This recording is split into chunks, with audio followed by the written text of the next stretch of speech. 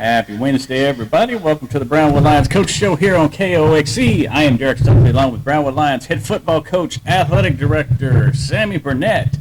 And, man, this has been a long week. It seems like it should be Friday already. What's today, Wednesday? Today is Wednesday. It does. We got a lot of work to do for Friday, so we've been at it. So kind of talk about the week. Give us the run-through what y'all have accomplished this week so far. Well, like I said, we've been offense, defense, just working on going fast defensively because they're going to go extremely fast on Friday, making sure we can get a line and get our checks in based on formations and motions. Our kids have done a phenomenal job of that. Our scout teams have done a good job of going quickly as they possibly can. Offensively, we've installed a little bit more and yet refining what we already have in. Really pleased yesterday. I thought it was a phenomenal day. I probably saw the most growth with our receivers setting up defenders and running the routes precise than I've had since I've been here. So I see a lot of growth between the ears, which is very important. And then implement our special teams. We've done kickoff and punt so far, really focusing on those. Kids are figuring it out. They're hustling. Great sense of urgency. So they're doing everything we're asking them to do. We just got to continue to grow and build confidence. Friday's a good opportunity for us to get confidence against a good Decatur team, have an outstanding five-star running back. They're going to be really good. It gives us an opportunity to go out and measure ourselves and see where we're at and see if we can gain some more confidence. Of course, scrimmages, y'all usually kind of stick to the basics. Mm-hmm. Does that change any with this being a team y'all could potentially see in the playoffs? No. We know that our opportunity to see them will be late in the season if we're blessed to do so. So for us, it's to be getting ready for week one. You know, there's a long time between now and then, so let's get ready for week one. We face a very strong Wiley football team that went really far last year. We know we're going to have our hands full, so we're trying to get ready mentally for that game. Again, Friday's just a practice for us. We're going to go, an example, we'll go 3 rounds with the ones on offense. That's 10 plays, so they'll get 30 plays, and then we'll go 3 rounds of defense, which will give them 30 plays on defense, and then our twos will get 3 rounds of 8, so that gives them 24 plays on both sides of the ball. For me, if we drove down in 10 plays and scored 3 times, that would be very successful. I don't care about them. For us, it's putting together drives, not making penalties that stop drives, not poor execution stop drives. So if we can stay penalty free, we can move the chains. We can go down and score on a 10-play drive. That's really big. If you can do that in high school football, that's accomplishing something. So that's really my goal offensively is every time we touch the ball, go down and score. And so that's what I'm looking for there. Defensively, let's don't give them the big play. Make sure we're sound in what we're doing. Coverage-wise, they do a great job of motioning. They do a great job of play actioning, RPOing, and then try to throw the ball vertical.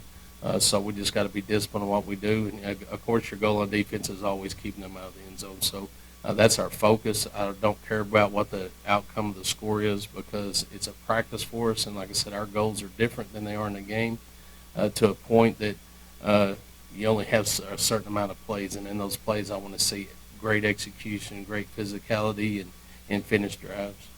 On the offense, just kind of going through position groups, what are you looking for specifically out of the line, quarterback, running backs, receivers? I want to win offensively up front. I want to win the line of scrimmage. I don't want to see a bunch of busts in assignments. We'll probably back up in what we've implemented so far and just be more generic with our run game. Get a lot of looks with the running backs. We got multiple running backs. They all bring sort of a different trait to the table. So giving them opportunities to go out there and use the talents that they have. For our quarterback, I want him to run the show. I want him to run the huddle. I want him to keep us calm. I want him to go out there and execute, read the defense when we're throwing the football, take what they're giving us, and just continue to move the chains. And make sure he's making good reads in our run game. And getting our front set up properly. Receiver-wise, running great routes. When you have an opportunity to go out and receive the ball, run great routes. Don't run fast routes, run great routes that will set up that defender. Understand zones, what coverages are in. Are they in cover 3? They're in cover 4. They're in cover 2. Figure that out. Know where your windows are. Get open in those windows so we can execute that way. And then when they're not getting the ball, making sure they're blocking downfield. So if we're able to get to the second level, they're going to go. We'll be able to continue that run because of their great downfield blocking. And as far as defense, the front line, linebackers, secondary, what are you going to be keeping an eye on? I want them to be fast and I want them to be physical. Control your gap scheme. Do what you're supposed to do to let your teammate do his job as well. sometimes the best tackles are made by a guy that didn't make the tackle at all, but did his job so someone else could do their job. We don't need you to do someone else's job. Be disciplined, do what you've been asked to do, and then do it very fast and do it very physical. Health-wise, everybody looking okay? Anybody going to miss the scrimmage? No, right now we seem to be doing pretty good health-wise, which is a plus. Okay. I guess as far as Decatur goes offensively, are they more of a run-based team, pass-based team? They split it up pretty even, or? They'll do a little bit of both. For them as well, they're going to do some things that they may not do in the game. With the 5-star running back, I'd be predominantly run the football. I give him as many touches as possible and mix it up with a pass a little bit just to keep you off balance. But they do a great job of motioning it's just what we call eye candy most of the time, just to try to get your eyes where they're not supposed to be, so that they can do what they want to do. So we got to be sound and be strong with our eyes. Got to be able to force the edge. That running back does a lot of off tackle stuff, and we got to be able to fly to the ball, get to where we're supposed to be, and be a sheer tackling team. Something that I don't think we did very well in the scrimmage was tackle, but yet that's against your own teammates, and I talked to them about that. So I expect us to fly around and want 11 men to the football. You can tell how important defense is to you when the official blows the whistle where you in relationship to the ball. So we stress that to our kids. I want them to dominate. I want them to go out there and set the tone and let them know we dictate what happens. And when they're going fast, we need to remain calm. Most of the time when people go fast, they do it for a reason. They try to get you excited and out of your game and concerned and nervous about what you're doing. We got to stay calm, sift out what they're doing, and trust what we've been taught to do. Did they do anything defensively that you're curious to see about how y'all match up against? No, they're a 3-4. They'll bring a linebacker. They'll even it up and be an even front at times. I think they're more of a zone type team. Just for us, it's just recognize what we do. We had several opportunities in the run game last year to pull those safeties down in the box, and we took some shots over the top that we didn't complete that were sure touchdowns. So just like I said, execution. I sit there and watch the back end and see how they're playing the run. So if they're tightening the box to play the run, we're going to try to take our shots over the top. But more so, just stay in our game and see what they're doing and just go out and understand what they're trying to do to us, how we want to attack it by play call, and then go out and attack it. Yeah. You mentioned the format, 30 plays for the ones and 24 for the twos. I guess, is that it? Any live scrimmage or anything? No, live scrimmage the first game, and then the sub bar still be the same. They're just going to start earlier.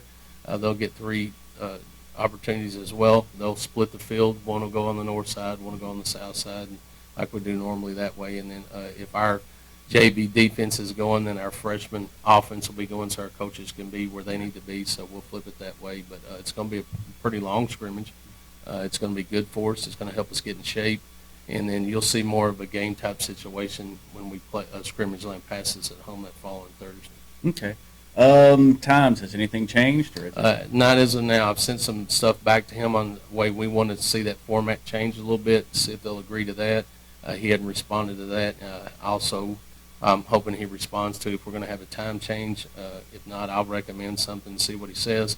It was hot yesterday. Outside it was 106, 105 outside, but we were blessed to have a wind blowing. Our kids dealt with that really well. And, if we get to a point in the game, if it's really hot and it's stagnant, there's not any wind blowing, and our kids are hot and they're getting worked over, I'll stop the scrimmage. It's a controlled scrimmage. I have no problem stopping and telling them we're going to take a little break because the number one thing for me is let's come out of that thing healthy. And that's always a concern, especially I think projected to be 109, 110, something like that. So I'll do whatever is necessary for our team. I don't care if they like it or not. We're going to take care of our kids and do what we feel we need to do and try to get through that scrimmage healthy, number one, and then see if we can't learn something about who we are. So right now, JV and freshmen start at 4? As of now, we're kicking it off at 4 o'clock. Okay, so varsity's going to take the field about 5:20, 5:30, probably somewhere in there. Okay. All right. Well, we'll get there at 5.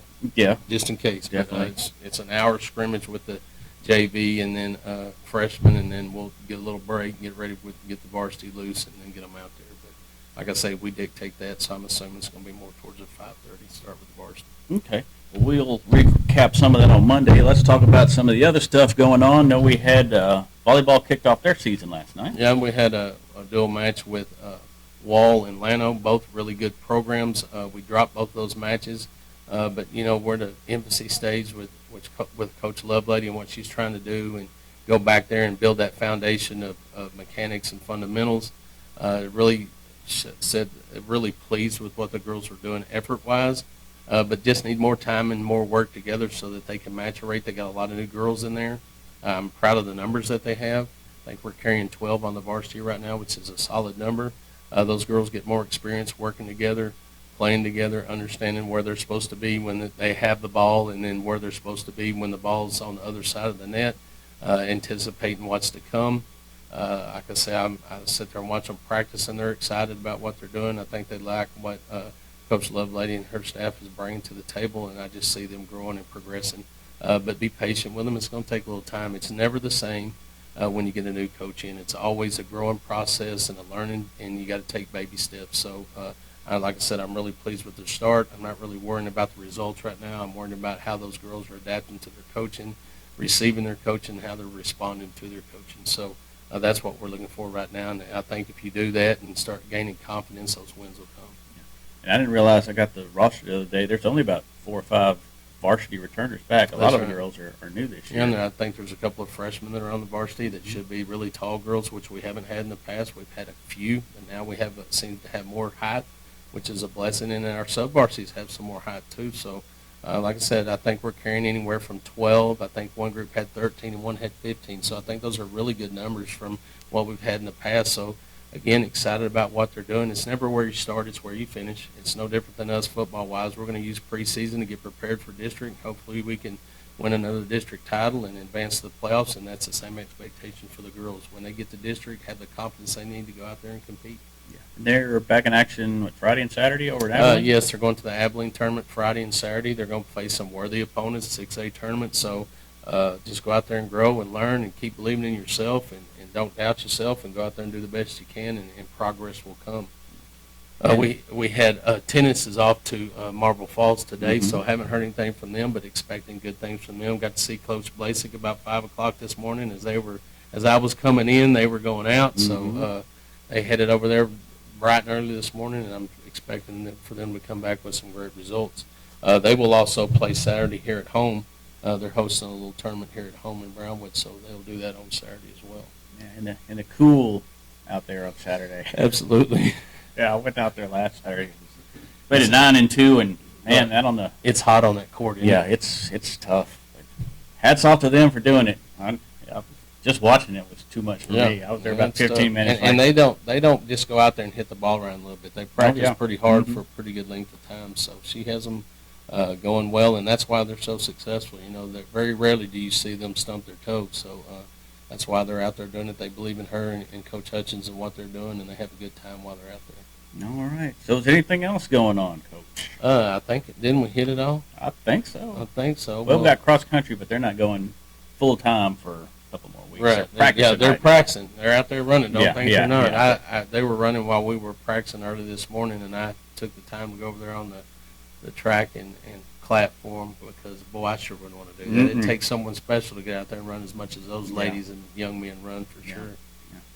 All right. Anything else today, Coach? Yep, those sponsors are always someone we got to appreciate and thank. So Auto Glass Magic, Burner Auto Group, Syntex Body and Paint, Syntex Equipment Sales, Citizens National Bank, Dan Hill Containers, Dr. Bond Young, Dr. Pepper Bottling Company, Edward Jones Investments, Henrik Medical, Howie Enterprises, Humphrey Pete's, Heartland Funeral Home, Landmark Admin, MC Bank, Painter & Johnson Associates, Smith & Sharp Agency, Sonic Drive-In, Stanley Chrysler, Texas Bank, Weldon, Wilson Electric, Western Bank, and Willie's Teas.